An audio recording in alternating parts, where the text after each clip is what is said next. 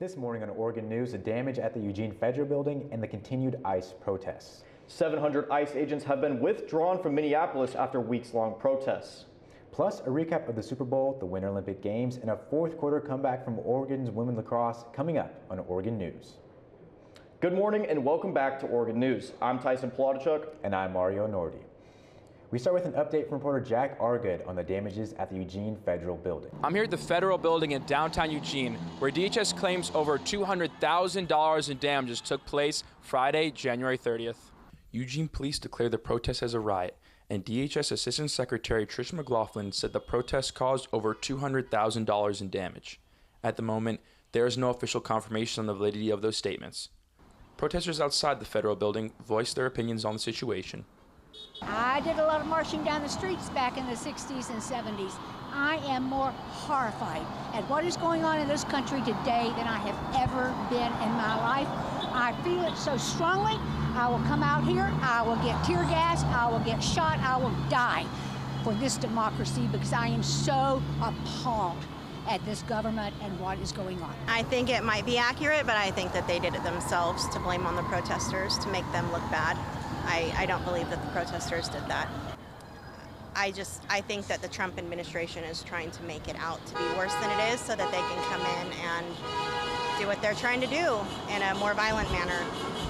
The city of Eugene and the University of Oregon will close and rebuild the wooden footbridge over the Canoe Canal near Autzen Stadium and Allenbaker Dog Park. Construction is scheduled to begin on February 16th and will finish in late March or April. The bridge reconstruction is part of the University of Oregon's expansion of the Hatfield Downland Complex near Autzen Stadium.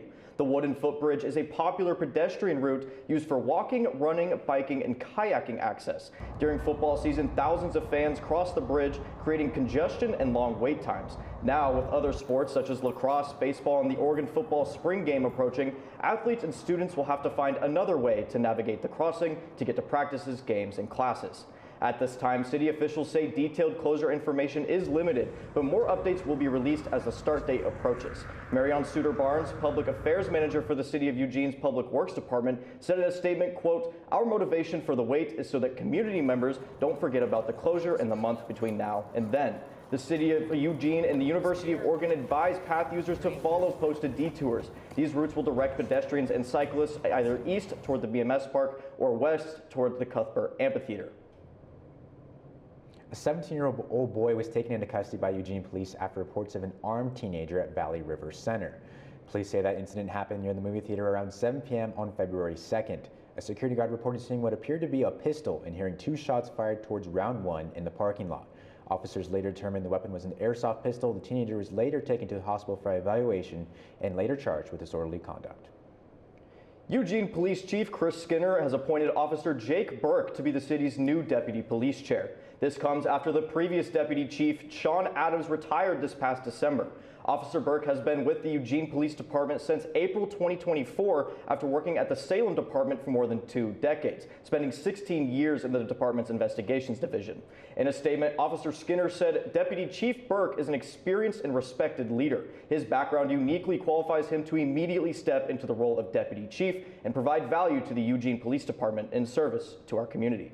A new bill in the state of Oregon House of Representatives could lower the minimum age required to purchase an electronic bicycle. House Bill 4007 would lower the age from 16 to 14 to buy an e-bike. Additionally, the bill seeks to raise the speed limit on these bikes from 15 to 20 miles per hour. The bill also looks to change other several regulations, including imposing strong regulations on the sale of batteries, charging anyone who is found to be selling counterfeits with a Class D traffic violation, which comes with $115 fine. A formal vote on the bill has not been announced. 2 top administrators at Springfield Public Schools say they plan to sue the school district and 3 school board members. Superintendent Todd Hamilton and Assistant Superintendent Dave Collins allege retaliation, defamation, and violations of whistleblower protections. Their attorney filed a tort claim in December naming board members Ken Cole, Amber Langworthy, and Jonathan Light. The claim follows months of conflict between district leaders and the board over conduct complaints and a state curriculum investigation. Collins will resign at the end of the school year, citing the retaliation concerns. The claim came before layoffs of 27 staff members that sparked protest and a recall effort. Springfield School District will hold a special meeting with a potential vote Thursday following an 11:30 executive session to discuss legal matters. New Greek life regulations are being implemented at the University of Oregon this term. Fraternity and sorority life at the University of Oregon is putting in place new regulations after several social events were put on 3-week pause and 3 fraternities remain suspended. We spoke to the president of the Interfraternity Council for more clarity on these new rules. The new rules for FSL in total is fraternities are only allowed to have 2 alcohol events a term, and then at those alcohol events they have to hire hired security to make sure that they can ensure that, crowd control is all right and everything. This new rule that was set up is basically they have a new prevention module for the FSL community, as well as just like the older prevention modules that, the Dean of Students and, the other judicial boards gave out. And so now FSL in whole has to reach 100%. And one thing for that is each fraternity and sorority that doesn't have 100%, they stay on this social suspension kind of to where they can't hold any alcohol events. Coming up, new information surrounding the abduction of Today's Show host Savannah Guthrie's mother and updates on the withdrawal of ICE agents from Minnesota when we return.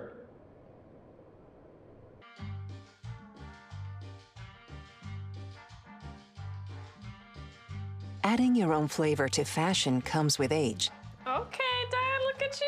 Yeah, welcome. Hi. Forgetting how to add doesn't. Finding it difficult to work with numbers may be a sign of Alzheimer's. Dad, are you okay? An early diagnosis can help improve the quality of life for your loved one. Learn the warning signs of Alzheimer's. Some things come with age, some others don't. How do you know when you've made the right decision? It's the feeling you get in your gut. The one that tells you what's right or wrong. It's the one that says, sure, I can have a drink. Or the feeling that says, okay, I've been drinking. Now what? It's the voice inside you that says, I'm buzzed. Better leave the car when it's time to go. Plan ahead. Catch a sober ride. Buzz driving is drunk driving.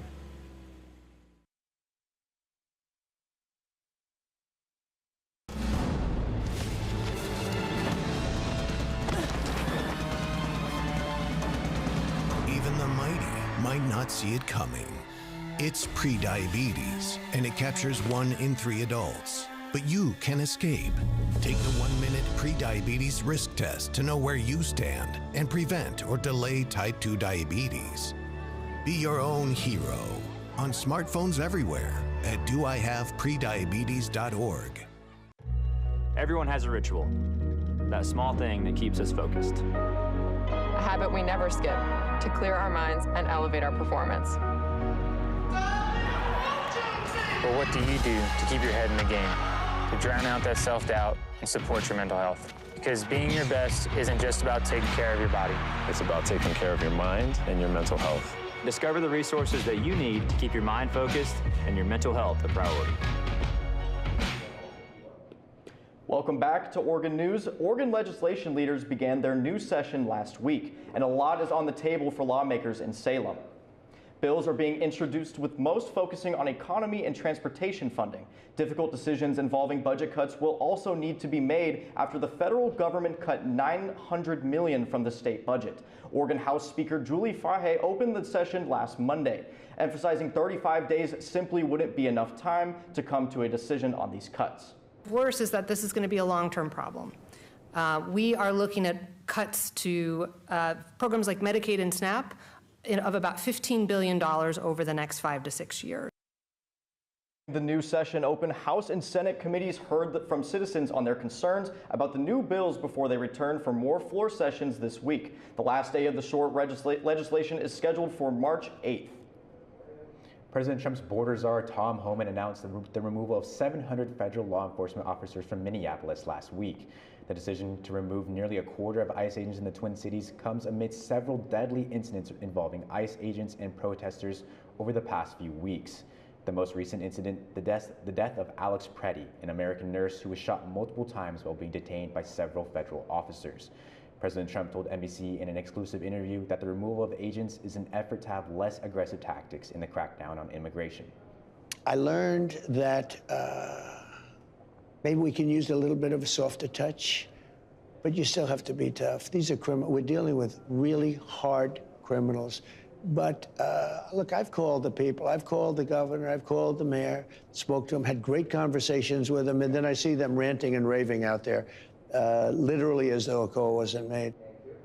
Even with the removal of 700 officers, more than 2,000 still remain in Minnesota. Holman says the goal is complete withdrawal of all agents, but will require significant cooperation from state and local officials. The Today Show host, Savannah Guthrie's mother, Nancy Guthrie, was kidnapped from her Tucson, Arizona home on January 31st. Local Pima County law enforcement has been conducting an ongoing investigation. In a press conference held this past Thursday, Pima County Sheriff Chris Nanos shared that the blood found on the porch of Nancy Guthrie's home was hers. Nanos held no discussion as to reports of forced entry at the home. On February 5th, reports of a ransom note were mentioned at a press conference by the FBI. The family responded with a post publicly asking for their mother's return via Savannah Guthrie's Instagram. The most recent one states, "We received your message and we understand. We beg you now to return our mother to us so that we can celebrate with her.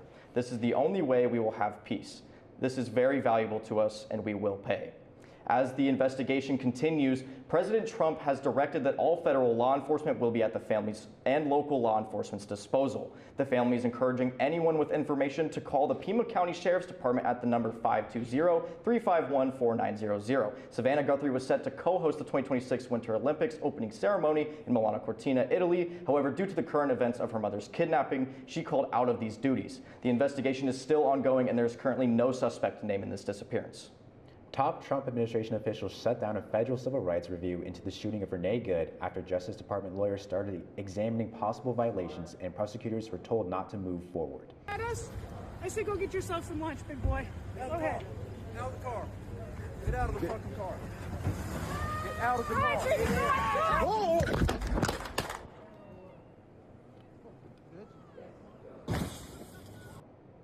Hours after an immigration agent fatally shot Good inside her SUV on a Minneapolis street, a federal prosecutor sought a warrant to search the vehicle, expecting a standard civil rights case. Attorneys were blocked from key evidence, and some were told to shift focus away from the officer, which led to internal pushback and resignations, while Minnesota officials still seek transparency and cooperation.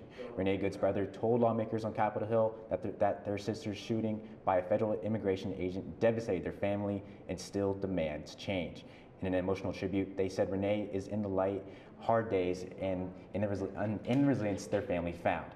They said her love and memory continue to grow like sunlight and dandelions. My name is Luke Ganger. My name is Brent Ganger. Renee is not gone from us.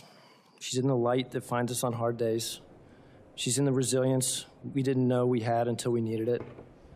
She's in the laughter, the memories, the love that continues to grow. Like dandelions, like sunlight. And like Renee. Thank you. Coming up next on Oregon News, Ashley Davidson will have your weather forecast for the week. We'll find out if more rain and potential more snow is headed our way coming up after this.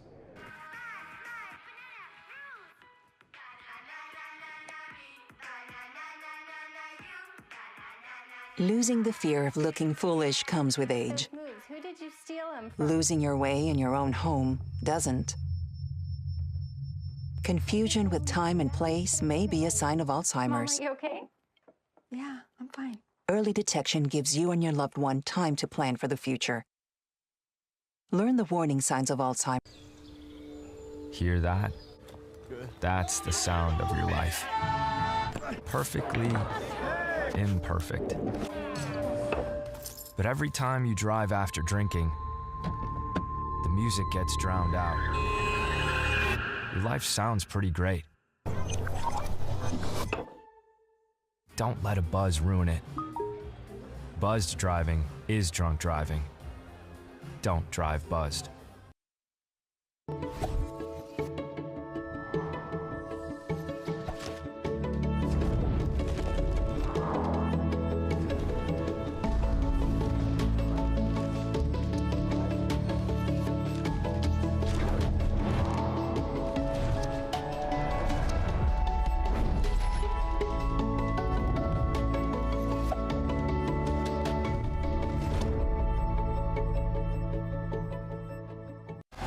There's nothing like celebrating a big play. But now, we're celebrating something bigger than sports. Love, you're mine. Love? You're mine. You're training your mind as much as you're training your body. For me, just stay grounded. Be with the people who make my mental health better and not worse. So when you see us hit this, it's a reminder to love. You're mine.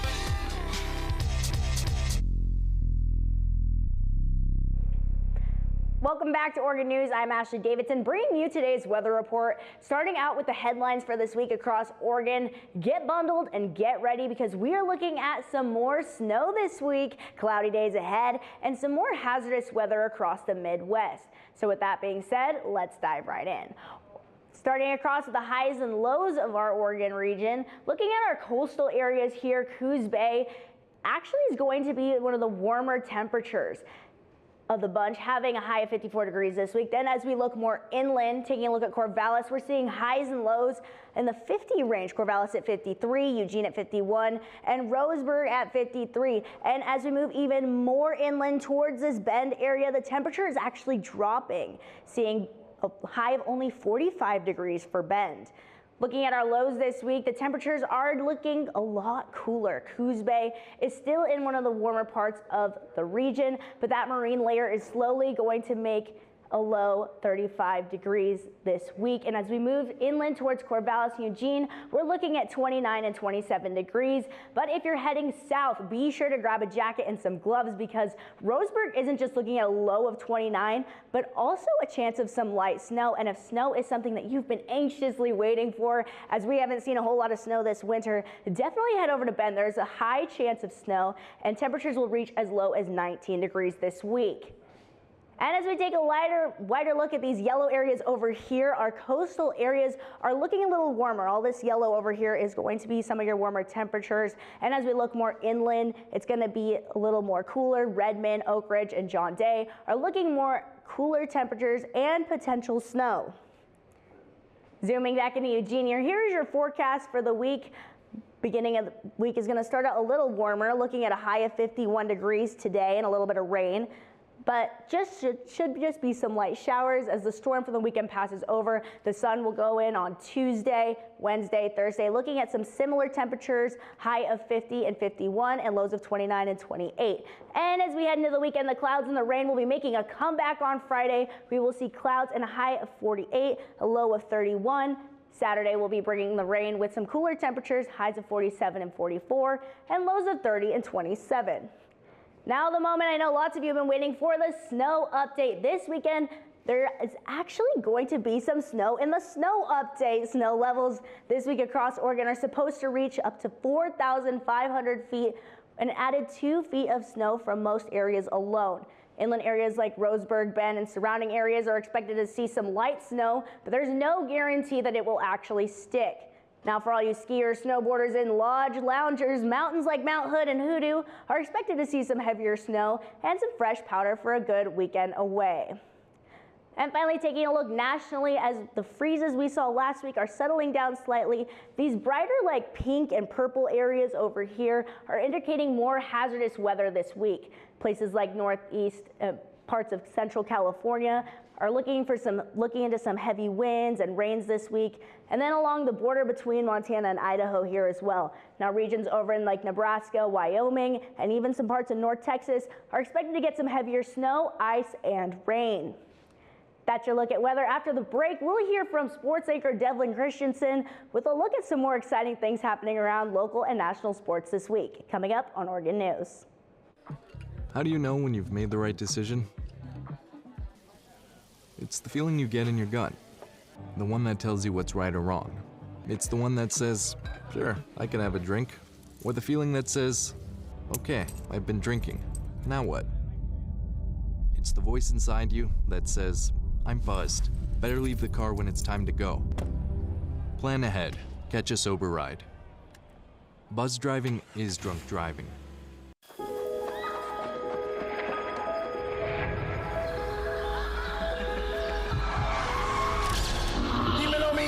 It's Friday night y estamos activos. Head out early. Drinks flowing till 11 p.m. It's gotta be lit.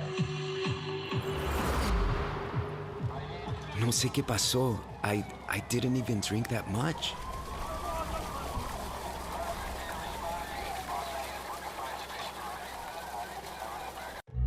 Everyone has a ritual, that small thing that keeps us focused. A habit we never skip to clear our minds and elevate our performance. But what do you do to keep your head in the game, to drown out that self-doubt and support your mental health? Because being your best isn't just about taking care of your body. It's about taking care of your mind and your mental health. Discover the resources that you need to keep your mind focused and your mental health a priority. For decades, I've taught you everything I know. How to safely build a fire, and how to control the flames. But I can only teach wildfire prevention. Only you can prevent wildfires.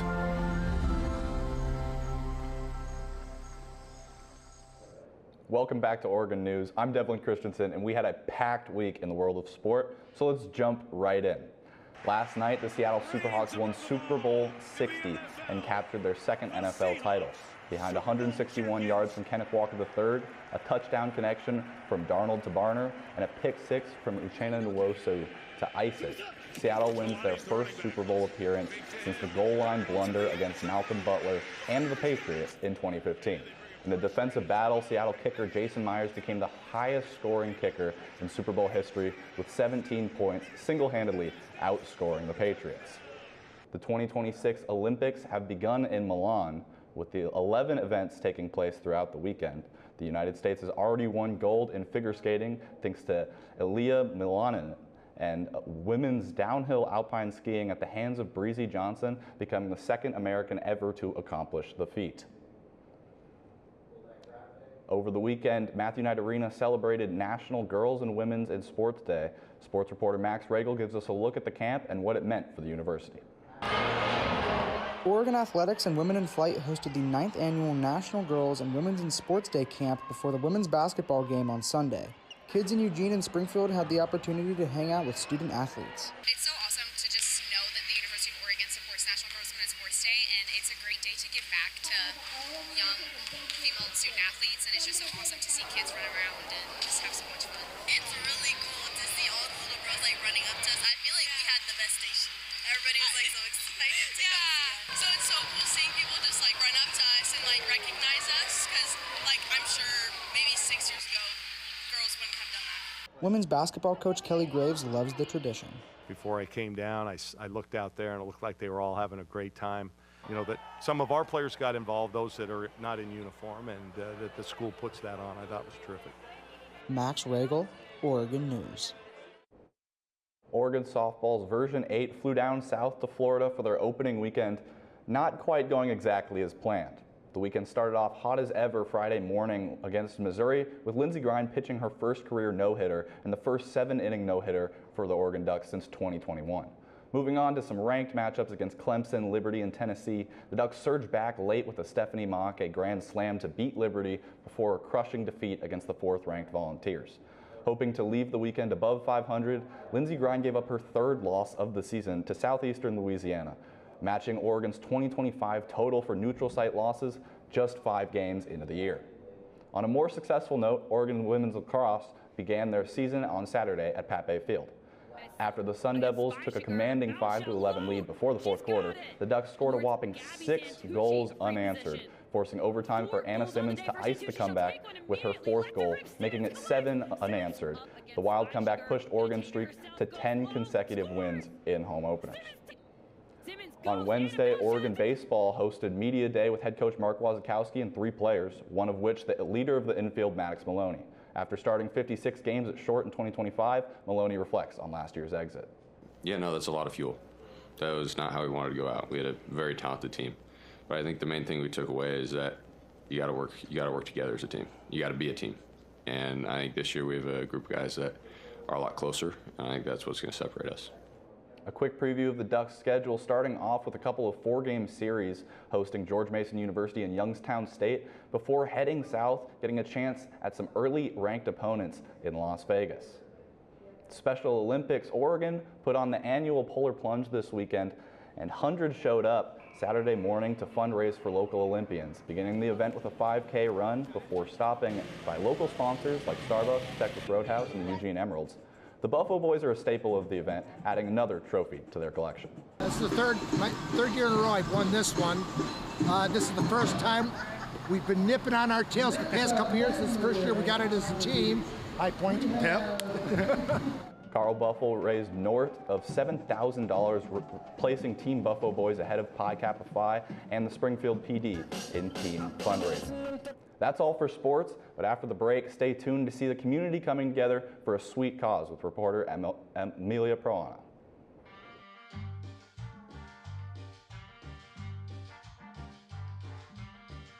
Adding your own flavor to fashion comes with age. Okay, Dad, look at you. Yeah, welcome. Hi. Forgetting how to add doesn't. Finding it difficult to work with numbers may be a sign of Alzheimer's. Dad, are you okay? An early diagnosis can help improve the quality of life for your loved one. Learn the warning signs of Alzheimer's. Some things come with age, some others don't. How do you know when you've made the right decision?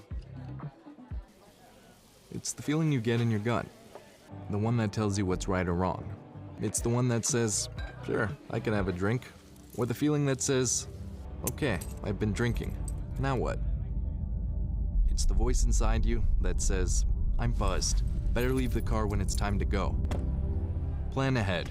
Catch a sober ride. Buzz.